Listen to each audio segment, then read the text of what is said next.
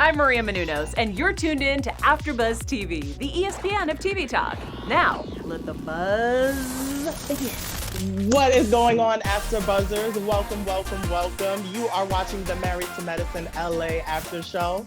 And today, in light of last week's holiday, we will be covering Season 2, Episodes 4 and 5 of Married to Medicine LA. And of course, I cannot cover all this madness by myself. I have my lovely co-panelists. First, the beautiful Regina Coles. How are you? I'm doing, Eric. You are doing wonderful, hon, and looking sharp in that leather. Thank you. I do what I can and I'm burning up, so I'm glad it's appreciated. And then we have our resident royalty, Miss Queen Esther. Talk to me. How are you? I am doing fantastic. I'm glad to be here. I missed you guys last week, so I am so happy to be back with you guys. It feels like I've just missed my family. So technically, you guys are like my family. So it's nice to be back. Yes, reunited, and it feels so good. Now, ladies, Peaches and Herb. Okay, right. Take them back. Now, ladies, I don't know if it's just me, but I feel like we're picking up here. We're gaining some traction. I think the show is really, giving me something to want to tune into. Am I right? Absolutely. I actually get people reach out and excited about the show. So I'm really excited to see just to have all those people following us and just being a fan of the show and a fan of to just hear us give our views. So really excited about it. Yes. Well, in light of everything that is going on in the world right now, it's very troubling times that we're in, emotionally heavy. We're seeing this constant discussion around police brutality and the abuse of Black bodies, and now the world is in a bit of turmoil. So with that said, we are glad and grateful to be a part of the AfterBuzz family and continuously bring you this content and hopefully add some light to your day. Okay, we are in this together and we will get through this together. Absolutely. And absolutely. I want to add that we have some news that we definitely want you guys to hang in there, stick with us throughout the broadcast, because we definitely want to share some important news from the cast of Married to Medicine LA regarding what's going on in our country right now. Yes, we love tea time. So ladies, let's start by getting your initial thoughts of this week's and last week's episodes. Starting with you, Regina. Well, the girls are trying. They're trying a little bit harder, but again, I am kind of sick of this whole storyline with Shanique and Jazmin and Lia. But one thing that I did realize with this episode that I really didn't realize as much last week was that Shanique's husband, he is a total chauvinist. Yeah. we gonna get into that because I wrote some notes and I was just like, I'm very turned off, short man. Wow. Very turned off. Queen Esther, talk to me. What's on your mind? Well, I have to say that the last week episode was kind of like a common episode for me to see. It was fine, but I think this week episode was really refreshing. Just to see them kind of really come together and start building that friendship. Right. I'm surprised, and I'm sure you and I, Erica, are going to talk about this. I'm surprised of how I finally felt after the end of this episode with Lia and Shanae. I'm happy to see their progress, but I think you and I are going to agree or maybe disagree on the relationship that is now beginning to build. But no, I think it was good. I think I'm beginning to really warm up to them just a little bit more with these two episodes. So yeah. Very exciting. Very exciting. Okay, so at the start of last week's episode, we did get to see a bit more about Dr. Kendra and who she is, what's her fueling force as being a doctor in South Central. She gave us a bit of her roots. What did you guys think about Kendra? Awesome. I thought that was just so good. So good. For us to see, how for her to bring her culture in, with her mom, in the last 3 episodes, and then now just seeing the reason why, why she became a doctor, and her just, being able to still give back. I think sometimes people lose that idea and just only think about the money part. But just to be able to see that was very refreshing. I'm talking like, as we spoke, last 2 weeks, I'm really warming up to her so much. I think honestly, Britten was kind of like the foundation of this group, but to me, I feel like she is the Jackie in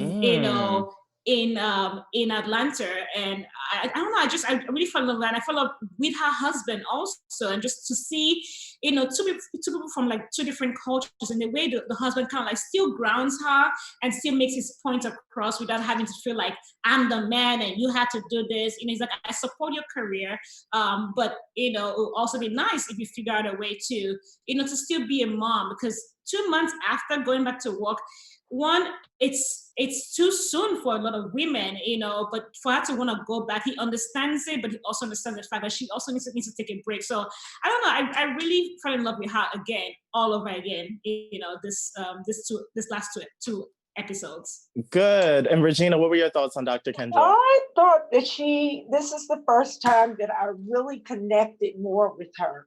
I saw her personality shine more, her confidence, her wanting to give back to the community, like Esther said, I thought was so wonderful to hear, because she's going down to the neighborhood that she grew up in South Central, and she's helping women who don't have the economic means that she has to go get the best doctor or have the best medical attention.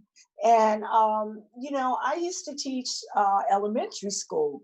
And one of the reasons why I went into teaching is because I wanted to give back too. So when, I was able to start teaching, I went back into the neighborhoods in Detroit where I grew up. And, felt like I was really giving something back to the community that gave a lot to me, to see me to the success that I had become. Yeah. So I really connected with Kendra. Yeah, I felt like everything, her the opening monologue that she had, or moment that she had, was super powerful. I felt like she's slowly growing to be one of my favorites. I like that she gets to business when it needs to be handled, but she's also about her family. She wants to give back. She's very humble and level-headed, and I truly appreciate Kendra's energy. Now, Esther, you made mention of Britten and Mack's relationship earlier in, so we may as well transition into that. Now, in this episode 4, we saw that Mack is still not sleeping in the bed. He's going back east, and then we're still seeing this bit of friction with them and their lack of intimacy. Esther, what are your thoughts? I mean, so I do understand a lot of married couple do go through times like this with their babies. I mean, I have friends that are married. I've heard about several couples that go through that. But at some point, most of the ones I've heard of are like 1 year old, 2 year old. But when your child is 4, 5, 6 years old, right? What are you doing? You need to train them. To go sleep in your bed. Like if you don't want to sleep. Exactly, like it's just too much. I'm like, to me, it's almost like you are a single woman, and like, don't you miss the intimacy? Your husband touching you and kissing you and cuddling. Right. Like, don't you miss that? Like, I don't care how much you love your child. Yes, the love that you have for your child will never be compared to the love that you have for your husband. We all understand that. Mom's love and mom's love. Like, I get it, but like, that's your man, and so let that fine, sexy, hot, tall man with his 6 packs. I'm imagining that he has 6 packs. Imagining that he has 6 packs. Paint a picture. And those beautiful eyes and the beautiful smile. Why would you let that man go sit in the guest bedroom? It makes no sense to me. And even if the child still wanted to sleep in the same room, put him on the side. You and your husband back each other up and cuddle, and let him be by the side. Put some pillows, at the edge so he doesn't fall. Like, there are ways to do it, so Right. I don't get why she's doing that to herself. To me, like I mentioned from the very first episode, it's room for divorce. And as simple as that, Yeah. it's room for him to go find company somewhere else, because it's clear that she does not miss the company. He misses it. But what I don't understand is, why is he not being, I don't want to say forceful, but why is he not like putting his foot forward? Like, look, Right. I think I'm it's married coming. to you. It's Like, coming. we need to make this change. Like, I don't get it. I'm like, you have to It's- find. I'm single. I'm trying to get married. Like, can I find that? Because that man is Right. too fine to just sleep in the guest room. Makes no Period. sense. That's just spoiling the kids. That's what it's called, spoiling. And I just think nowadays you got old school parents and you got new school parents. And these new school parents have a different way. Thank you. Okay, now one couple that seems like they have their relationship more stable is Shanique and Dr. Robert. And while I was watching episode 4, I couldn't help but notice that Dr. Robert isn't necessarily misogynistic, but the way that he speaks to Shanique at times is a little condescending, a little I'm the parent in this relationship, and it rubs me the wrong way. And maybe I'm just reading too deeply into it. But what are your thoughts, Queen Esther? I feel like, yes, it is a little, it's literally that borderline of like, okay, you are extremely demanding or not, so it's really borderline. But it seems, I feel like she is okay with that, because if she's not okay with him speaking to her like, that way, she should address it. Right. But I also feel like it's because he knows the way his wife is. Now, I do not recommend any man to ever speak to a woman like that at all, because we are a partner. We are doing this together. I push baby out. You cannot do that. We are a partner. Right. But I feel like there is a reason why he speaks to her that way. But I also do like the fact that he has a way of telling her, like, babe, like, you can't talk to people that way. You can't just go off like that. You can't just speak to people, like crazy. Like, he kind of brings her back, which is what is really supposed to be a good partnership, where if I know that my man is doing something wrong to his friend, I'm gonna let him, like, babe, I love you, but what you did was wrong. Okay. Like, I like that he still checks her outside, like, away from other people. And now seeing, this last episode with his conversation with her, and her going back to Lia and making amends, I think there is a balance. Like, he knows his wife, he knows his wife, but I could see why it could be a little bit like, okay, dude, like, you don't have to talk to her that way, Right. Yeah. Regina, what are your thoughts? She could be needy. You think? Okay. Okay. Yeah. I can't even act like I don't see it. How it's like, and sometimes he got to give her that little kid approach, which, I'm a grown woman. I don't need you. I had my parents raised me. Right. But she can come across that way. Now, I don't know how far she went as far as school, or if she was the type of wife that pretty much stayed in the background and helped support him through college all the way, through med school. Right. It And that kind of was my seems thing. that way. I believe that she supported him through med school, but I'm not sure if she did her master's on. I feel like she has a college degree. I do have to do a little bit more research, so I'll research that and see. Yeah, okay. But it's just like, for me, knowing the history that they had briefly based on what they give us on camera, for Shanique to have been the breadwinner and raising the kids at a certain point, it's like, at least treat me like I was running this household for a moment in time. It wasn't always Robert was the person whose wallet that we stand on. So let's remember that this partnership is 50-50 and not what Robert says goes. I do understand that Shanique is a little deer in the headlights at times, but still, meet me where I'm at, and where I'm at is a grown woman. You know? Well, what I do like about Robert is that he can be the voice of reason for her. Yes. Because she does need a strong voice of reason. She does. Just like, well, first of all, you're not going to tell me I need to go to the Halloween party as a Right. witch because that's what I've been acting like.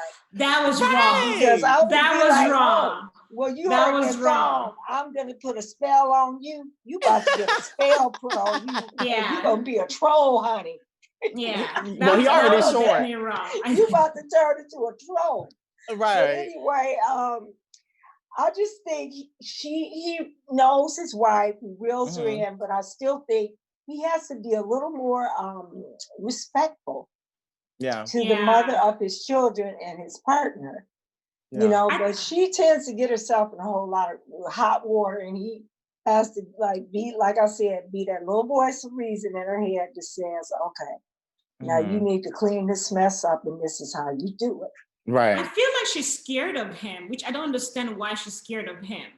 I feel like something must have gone wrong long time ago that she feels scared to talk to her husband and have a conversation with him. Because if you're my husband, you're my best friend. I can talk to you about anything. I can talk to you about anything more than even talk to my friends. You know. Mm. So for her to feel like I always have this impression that she's scared of him. Now I do understand, as I previously mentioned 2 weeks ago, that the kind of man that he is a man with a plan. So if you're gonna come to me about something, come with a plan, which we did see in the last Right. episode. And I appreciated her putting her plan together, which even though her plan did not seem really turned out to me, it didn't seem really detailed to me. Maybe that's just editing purposes. Maybe editing just did not put that together.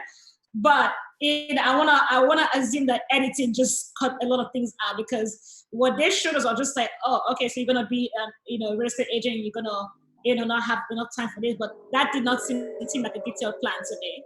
And we'll get to that in time. I don't want to Yeah. give up too much for the kids, Okay. but Okay. we'll definitely get to that in time. Now, Yeah. before we get to the cream of the episode, which was Shanique's Hayride party, Esther, do you have a message for the people?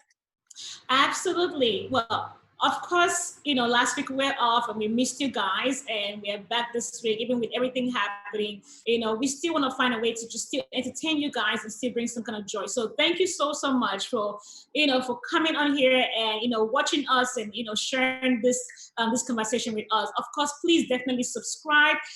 Follow us on all of our social media page on Instagram, Twitter, Facebook, AfterBuzz TV.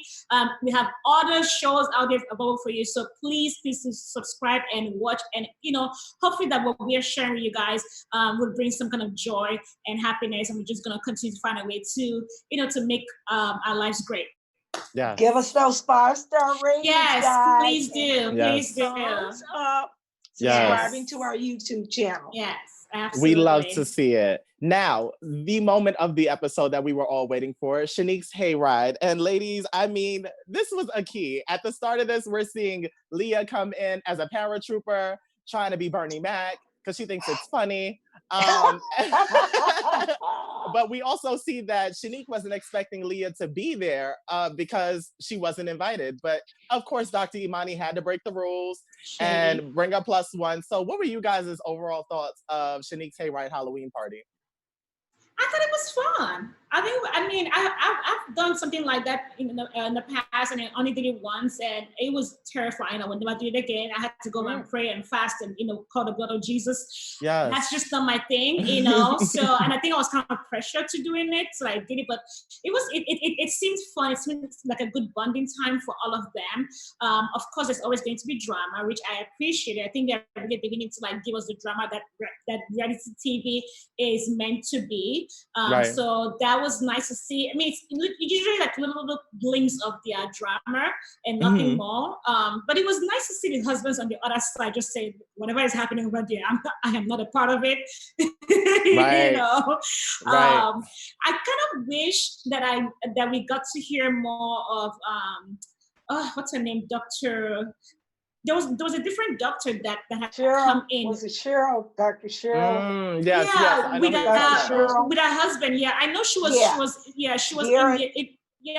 she was in the very first episode. So Yes. I would like to see a little bit more of them and actually hear them talk, because I feel like she's going to be a really, really good, cast member, a really good cast friend to the show. So I'm kind of looking forward to seeing a little bit of her. Hopefully that she comes back. Hopefully she gets to talk, but yeah, it was fun. I enjoyed seeing them get scared. Now, one thing I noticed before we go to Regina, I'm noticing that Britten had something slick to say about Jazmin's lingerie outfit. She's like, Jazmin was basically herself. Like, she just wears Band-Aid strips and stuff. But correct me if I'm wrong. Are they not friends? I'm confused.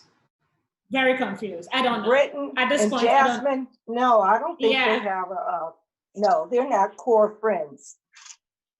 Because I remember at the start of the season, based on the edit from season 1, it was presented as if they had a friendship and that, you know, Britten was the liaison between Dr. Imani and Jazmin. But now it's seeming like Britten has never had any type of favor towards Jazmin. Regina?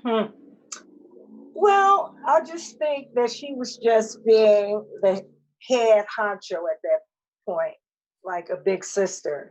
But Jazmin has a brand, fitness, the whole dynamic. And so she's going to show off her body. I don't blame her. She works hard at it. I'll show that body also. Yeah. And so that was the other thing too that I wanted to bring up, how she was, she went to Kendra's house to put her on a strict diet. And Kendra was not having it.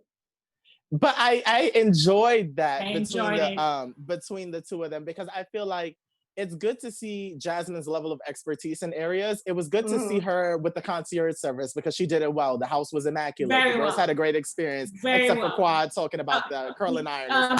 Your friend? I'm just saying, you brought it up. It's you that brought it up. I ain't bring it up. You guys heard him. Okay, we done. I'm sorry. Our first fight together because of Quad. Right.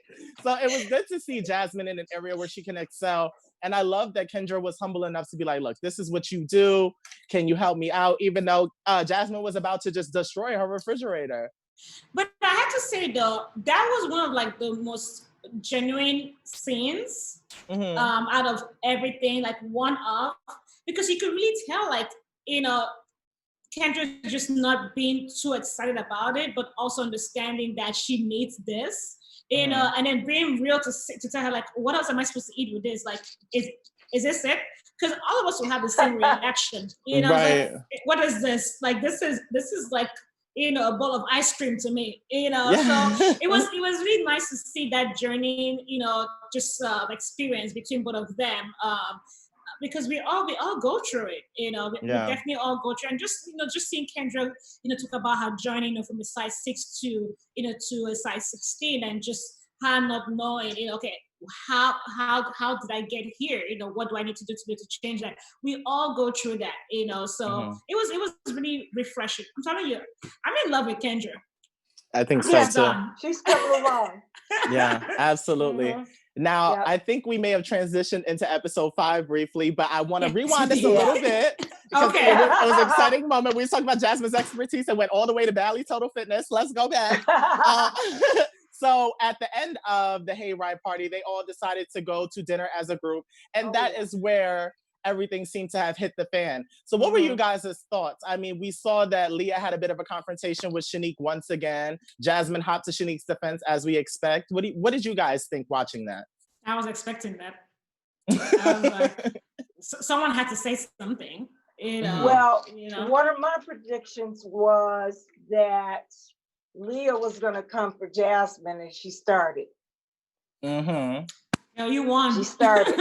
You did. So, it was a safe bet with Lia, though, because that's been her role since she's come on. It's been like, let me add in my 2 cents. Let me stir the pot, which is why we low-key need Lia around.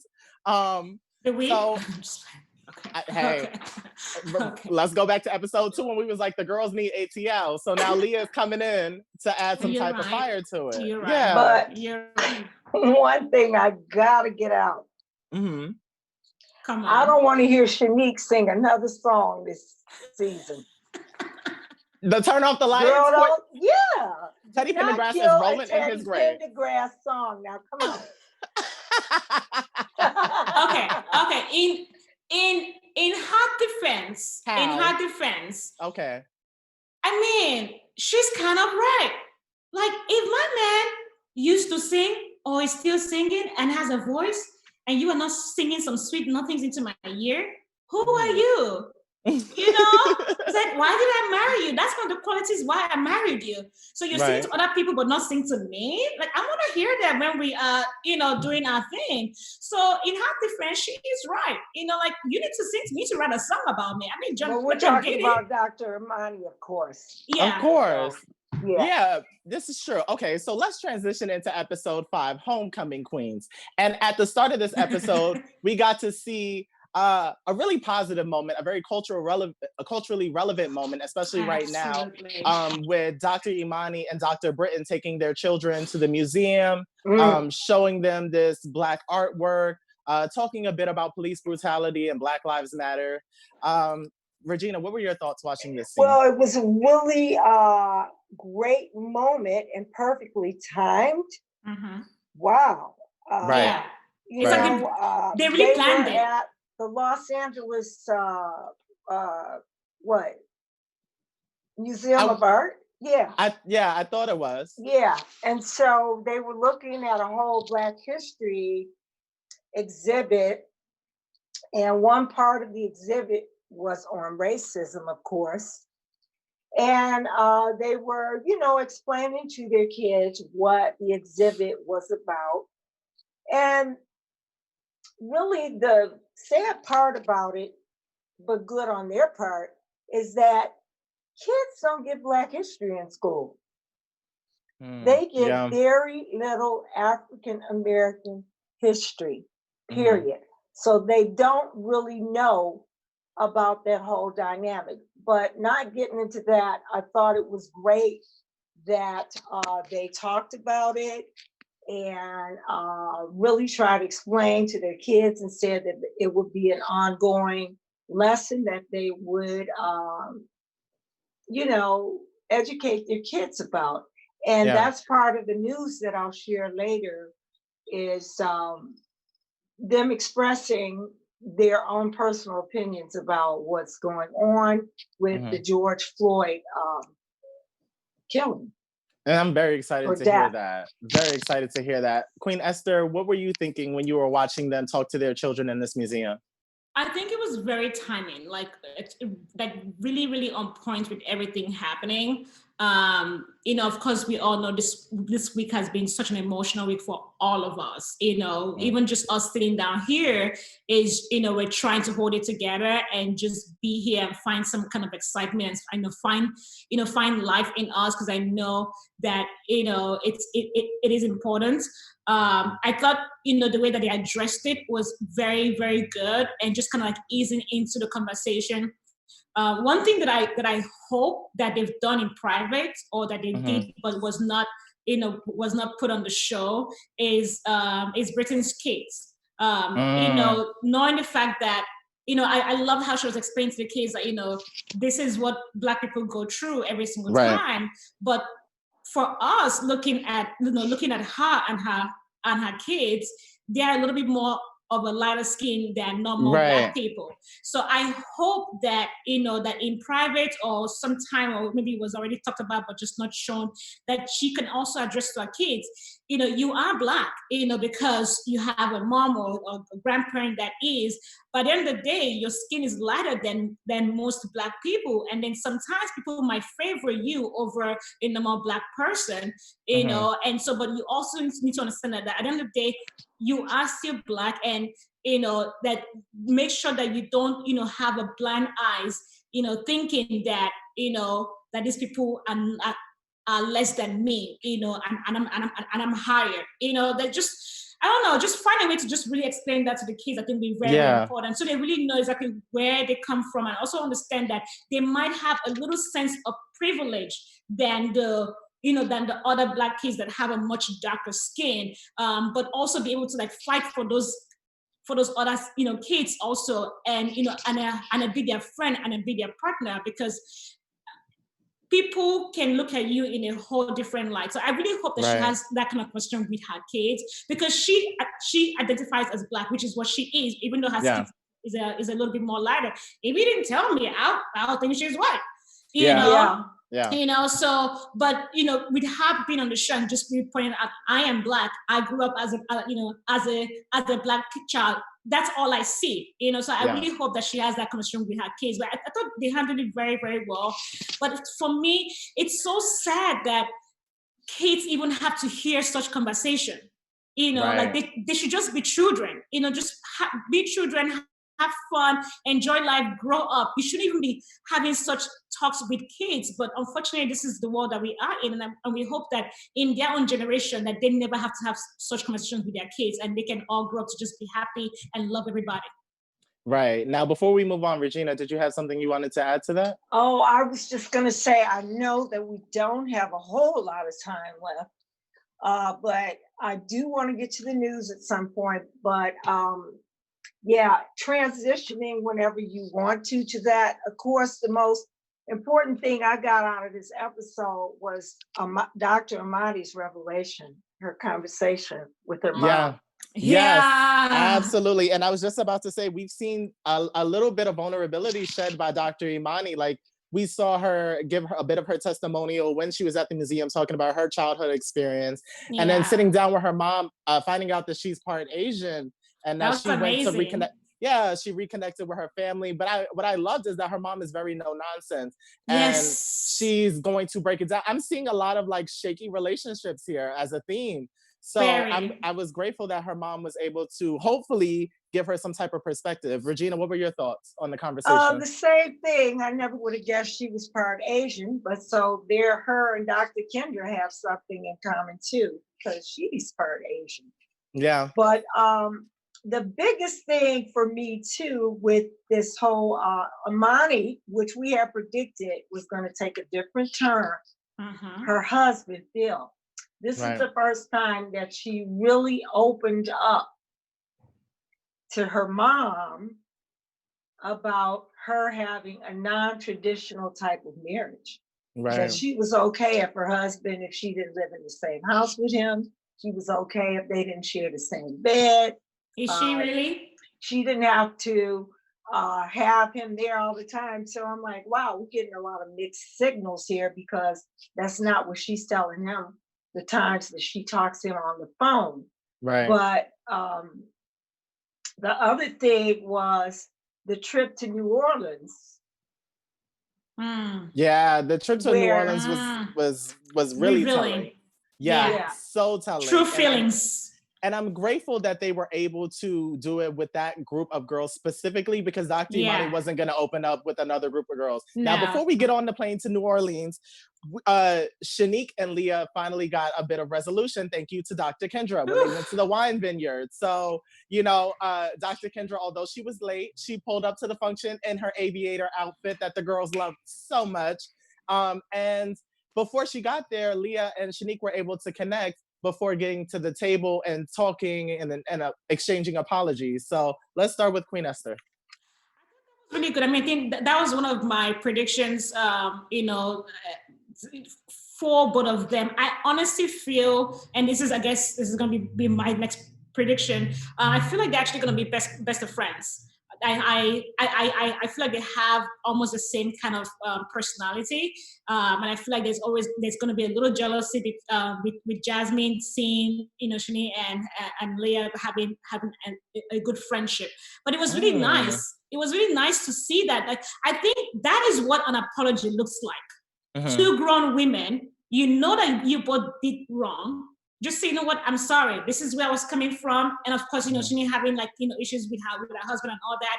I was already pissed off and then you came at me. Like, that's what true apology is. I was wrong. You did me wrong. You know, they both apologized and then we all good. You know, I thought that was really nice. Yeah.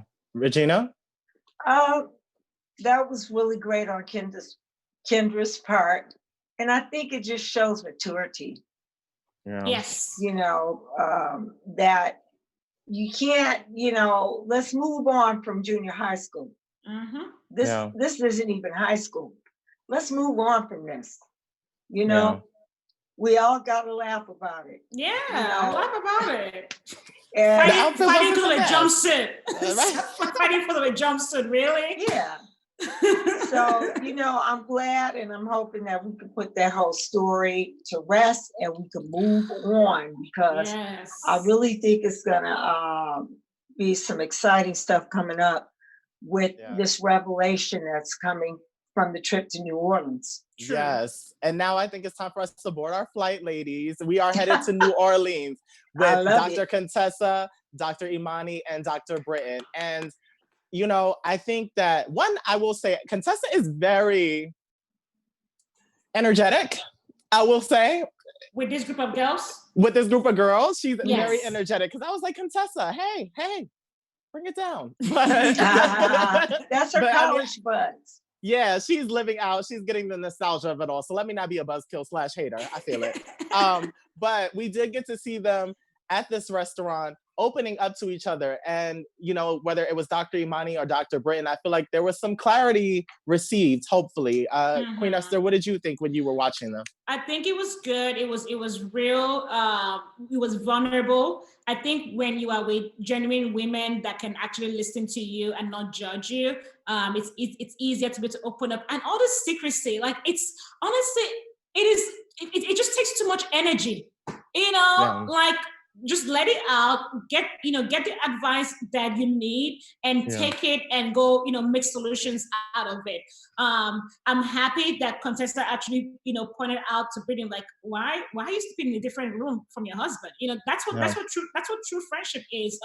So I'm really hoping that conversation will bring a change into next week's episode, and that they can figure out how to be better. Fly and go see your husband. Kick your child out of your room. Like, seriously. Love girl. Something needs to change. No, but it was good. Regina. I think that whole kid in the bedroom thing with Dr. Britten is going to be gone the next episode or two. Dr. Imani, it doesn't seem like her marriage is that strong. It sounds like there's a third party that maybe she doesn't know about. Because she is afraid when Dr. Britten asked her, why don't you just ask him to come home for a weekend? Right. Or you go there. And she was like, I'm a creature of habit, I think she said. Oh, come on. Yeah. No, we don't believe that. This is your man we talking about. Your husband. And I'll be darned, I got to get your permission to come to Oklahoma. Right. Or you got to get my permission to come home. He should be wanting to come home to surprise her, vice versa. And it shouldn't be any ifs, ands, and buts about it. My heart is open to Dr. Imani because I feel like it's normally the strongest people that are kind of cracking at their foundation. She's cracking. And I find like she's this beautiful woman. She spoke a bit about growing up kind of middle, upper class, but it wasn't in a way where it's like, I'm better than the rest of you. It just was her reality. She spoke about being in college and she's such a real woman. And I feel like I know an Imani or two. But, just to see her in this space where it's like, I have my career going, I'm raising my son, but my love life is just not there. And then it's like the topic of conversation every time she comes around these girls. It's like, damn, I can't get away from this anywhere. When I go home, I see I don't have a man. And when I'm at a restaurant with these girls, they remind me I don't have a man. So it's just like, I really feel for her. I do. I feel for her, but I also feel like she's not speaking up on what she wants from her man. Yeah. If you're that strong of a person, which I know that she is, and I commend her, it seems like she's a strong, independent woman, and I love it because that's who I am. But like, you're not speaking up of what you want. You're so afraid to show your vulnerability that you're not able to genuinely just open up, just say, you know what, babe, I miss you and I need you home. Yeah. It's literally simple words. Just say what you want and let him know. So tomorrow they will not say, oh, you did not ask, you did not say. Just fly there and go see him. But like you said, there might be someone else, and I will not be surprised to hear that he probably has another woman over there. Yikes. Regina, now before we transition into the news, did you have any final thoughts? No, I'm just saying that when you look at her backstory about her father and how he used her to cheat on her mom and that whole thing, she doesn't have a whole lot of trust or a role model as far as a man to show her what a loving relationship is between a man and a woman. Right. And right. knowing how her dad cheated on her mom, I'm sure she's like, I don't want to be my mom. But at some point, you gotta come clean. Yeah. She's a psychiatrist. Right. And it seems like she needs one. She's been in therapy herself. Yeah, absolutely. And most therapists have their own therapists. Yeah. Yeah, but I mean, if you don't want to repeat the cycle, then you have to take actions not to repeat the cycle. Right. Yeah. Period. Well, Regina, you have been hinting about some very hot tea, very culturally relevant tea, and I'm excited to hear it. So it's time for some news, ladies and gentlemen. Yeah, so the ladies of Married to Medicine LA compiled a video that they posted on Instagram.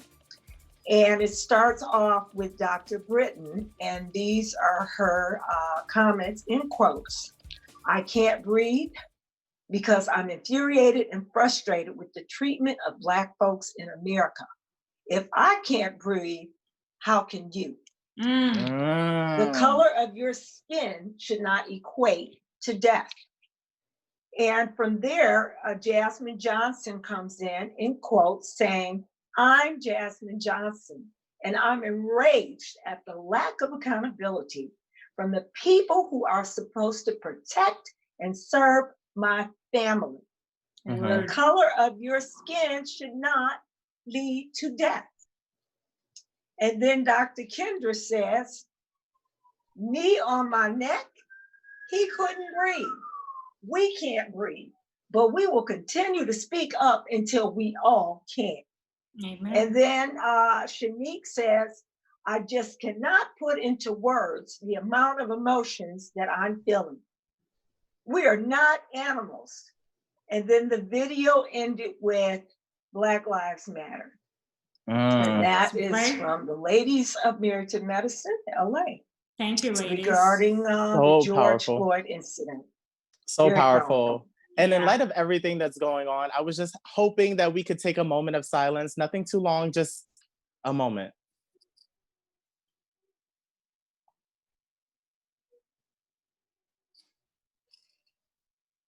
And with that said, ladies and gentlemen, it's about time for us to get up out of here, but we had such an amazing time covering episodes 4 and 5 with you all. And before we head out, Regina, Esther, can I get some predictions? I see best friends, as I mentioned. Lia and Shanique gonna be best friends. I think it's gonna be a good relationship. They understand each other now, coming out with same color outfits and everything. I think that's wonderful. It's a prediction and a hope and a prayer and love that Britten would figure out a way to get her husband back into her bed. Yeah. I want it like I'm Mac. Yeah. Like, jeez. I sent him my way. You don't want him. Right, come on. Regina, what are you thinking? Well, I think we have a new boss doctor in town, and that will be Dr. Kendra. I love what I saw and heard from her these last 2 episodes, and I want to see more of that. Yes. I want to see somebody that says, hey, enough of the junior high school girl play. We are grown women here. Let's support each other and have fun doing it. And the other thing is, I think the women are going to have to really bring out the tissue for Dr. Imani. And they're going to have to surround her with a whole lot of sisterhood and love, because I feel like she's got some tough times ahead between her and the state of her marriage. Yes, I couldn't agree more. Can I just add that Shanique's husband is going to reject her proposal? That's my prediction also for next week. Oh, I would hate to see it. I actually would hate to see it, but we'll see what happens. But he's going to reject it and start to go back to the drawing board and come up with a good plan, with a better plan. I can't say I disagree with you guys' predictions. It's time for Imani to have an emotional breakthrough and be vulnerable with these ladies. It seems like, for whatever reason, hopefully genuine, that Shanique has taken the side of Dr. Imani and that she will be a person for her to cry on. And I'm just seeing camaraderie in the near future. Now, of course, we know this is reality TV, so it can't last forever, but those moments are welcome when they come, and I think it's time for us to have one. Yes. Now, can you beautiful ladies tell us where we can keep up with you on social media, starting with you, Regina? Yes, you can follow me on Instagram, Regina E. Coles, and also on Twitter at Regina Rico, RECO.